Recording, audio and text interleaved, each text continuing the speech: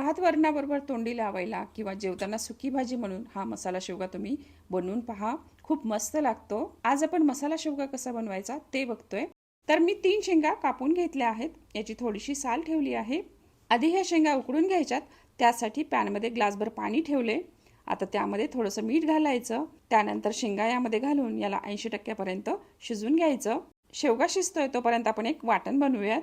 तर अर्धी वाटी शेंगदाणे मीडियम गॅसवर भाजून घेऊयात.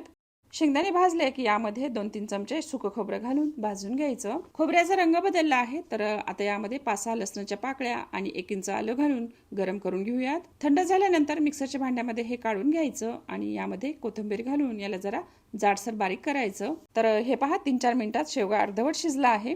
याला पूर्ण शिजवायचं नाही. आता त्यानंतर मिडियम गॅसवर पॅनमध्ये 1 चमचा तेल घातलंय. तेल गरम झालं की यामध्ये मोहरी आणि जिरे घालायचे. जिरे मोहरीचं टाकली की 1 मोठा कांदा बारीक कापून घालायचा आणि कांदा चांगला गुलाबी रंगावर परतून घ्यायचा. कांदा गुलाबी झाला की यामध्ये पाव चमचा हळद, 1 चमचा लाल मिरची पावडर, 1 चमचा घरगुती काळा मसाला आणि 1 चमचा चिकन मसाला घालायचा. आता त्यानंतर 1 चमचा धने पावडर घालायची आणि मिनिटभर मसाले चांगले परतून घ्यायचे. त्यानंतर आता एक बारीक कापलेला टोमॅटो घालायचा. चवीप्रमाणे मीठ घालून टोमॅटो जरा सॉफ्ट होईपर्यंत परतून घ्यायचं. शेवगा उकडून जे पाणी शिल्लक राहिलंय ते पाणी यामध्ये घालूयात आणि झाकण ठेवून टोमॅटो जरा शिजू द्यायचा. पाहू शकता मसाल्याला छान तेल सुटलंय. आता यामध्ये आपण जे वाटण बनवलं होतं ते घालूयात आणि याला जरा आपण परतून घेऊया. त्यानंतर हा उकडलेला शेवगा घालून मसाल्यामध्ये शेंगा चांगल्या परतून घ्यायच्या, म्हणजे मग मसाला आतपर्यंत जातो.